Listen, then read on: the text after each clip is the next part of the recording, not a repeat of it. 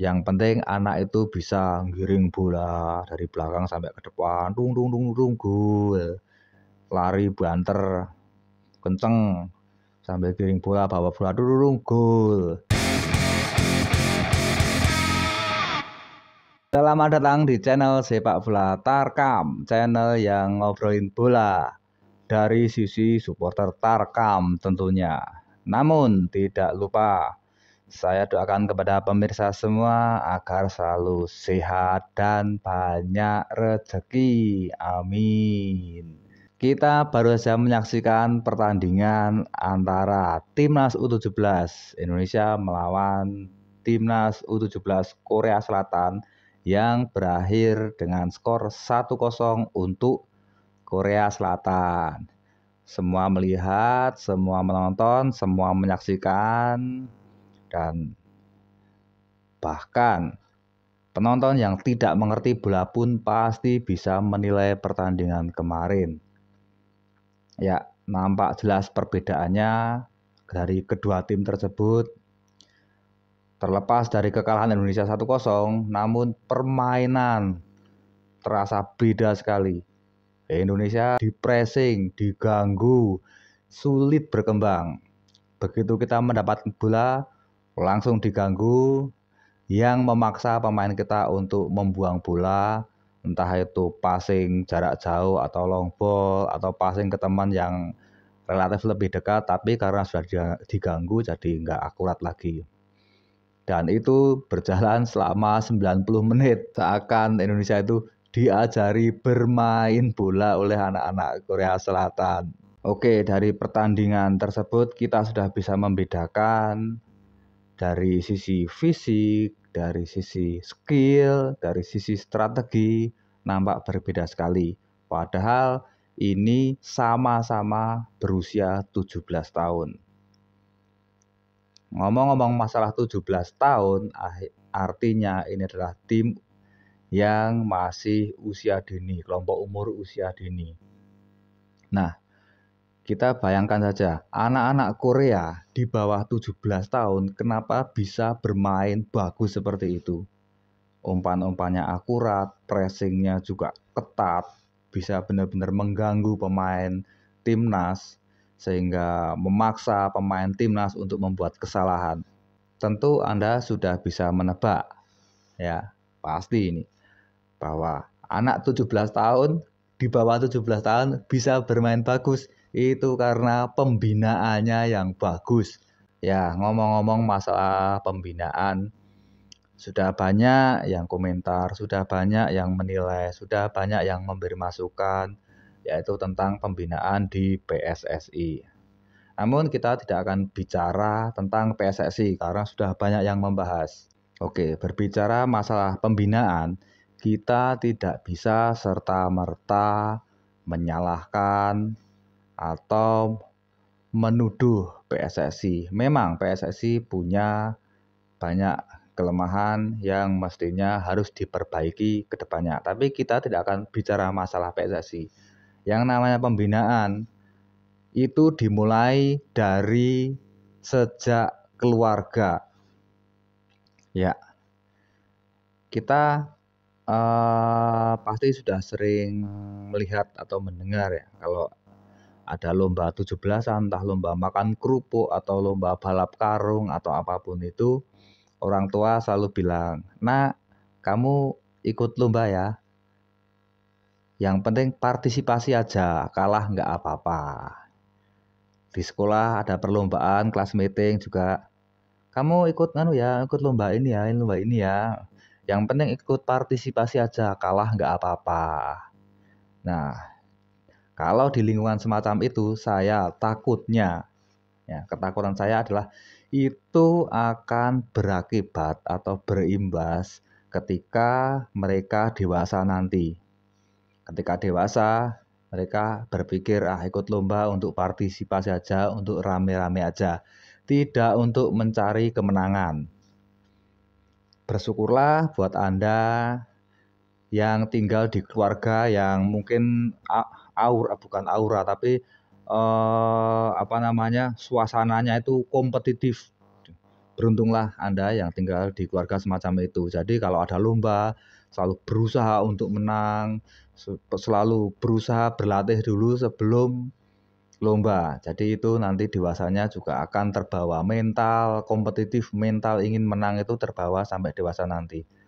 Nah, yang saya takutkan kalau kita berbicara masalah bola, ya, banyak orang tua yang menyekolahkan anaknya ke SSB, ke sekolah bola hanya untuk mengisi kegiatan aja. Udah, yang penting isi kegiatan positif. Nggak harus jadi pemain bola profesional. Yang penting olahraga biar sehat. Takutnya seperti itu. Nah, ini akan membentuk mental anak bahwa sepak bola hanya sebagai hiburan saja, bukan untuk prestasi. Kalau kita berbicara lebih luas lagi, ya, katakanlah di tiap RT orang-orangnya seperti itu. Terus di RW seperti itu. Bahkan sampai di provinsi semua mentalnya seperti itu. Mental bahwa olahraga khususnya sepak bola hanya untuk hiburan, untuk mencari kesenangan, untuk mencari kesehatan aja, bukan untuk prestasi. Ini takutnya akan berimbas kepada output ke depannya dan berimbas kepada prestasi sepak bola nasional. Jadi ketika anak ikut SSB, ikut pertandingan sepak bola, mereka hanya niatnya untuk partisipasi saja, tidak mencari kemenangan. Yang selanjutnya adalah masalah SSB. Ya, saya paham. Banyak orang-orang atau atlet sepak bola entah di kampung-kampung atau di kecamatan yang membuat sekolah sepak bola untuk mencari uang. Tidak masalah itu. Cuma harapan saya SSB ini didirikan atau ditujukan untuk melatih anak-anak, bukan hanya mencari uang semata dan tidak berprinsip pada, ya, tanda kutip, asal bapak senang. Maksudnya asal orang tua siswa itu senang. Jadi yang penting anak itu bisa giring bola dari belakang sampai ke depan, dung dung dung dung, gol, lari banter kenceng sambil giring bola, bawa bola, dung, gol.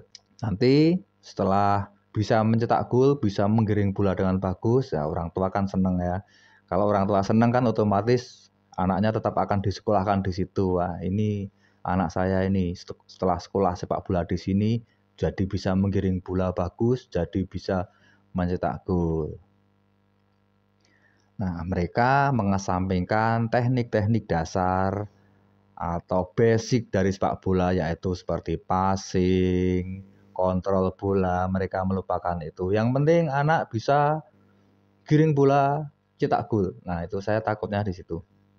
Dan semoga banyak SSB yang mulai memberikan pengertian kepada orang tua.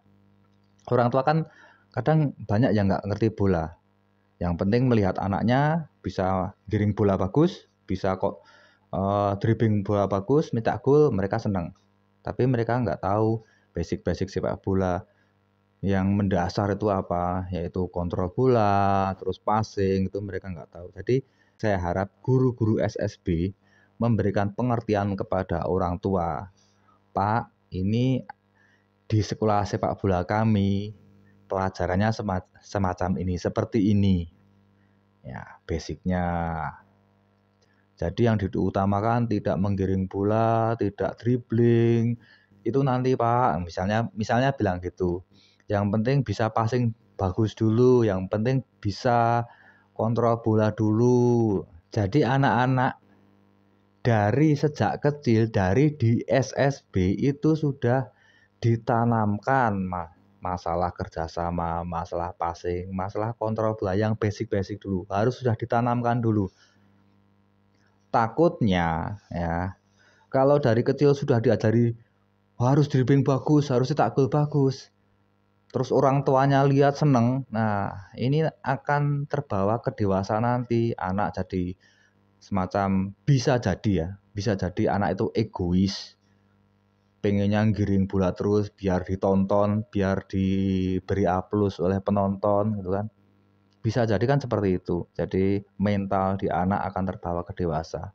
Dan masih banyak lagi faktor-faktor yang bisa untuk memajukan sepak bola di Indonesia. Ini hanya faktor kecil saja. Kita bicara masalah di lingkungan dekat kita dulu aja. Dari keluarga, dari SSB atau dari RT, RW, dari tetangga kita. Kita bicara di situ aja. Nggak usah jauh-jauh sampai ke PSSI dulu. Ya kalau kita bicara ke PSSI dan macam-macam itu sudah ada pembahasan sendiri dan udah sering dibahas ya. Tapi yang jarang dibahas kan dari lingkungan kita untuk memajukan sepak bola, hal-hal kecil, hal-hal teknis kecil mendasar itu apa saja. Dan itu yang saya sebutkan tadi adalah hal kecil di sekitar kita. Mungkin ada masukan dari teman-teman semua bagaimana cara memajukan sepak bola di Indonesia. Bisa ditulis di kolom komentar dan semoga teman-teman banyak yang membaca dan mulai mendidik atau mengarahkan adik-adik kita atau anak-anak kita untuk bermain sepak bola yang lebih baik dan lebih terarah. Oke? Maju terus sepak bola Indonesia.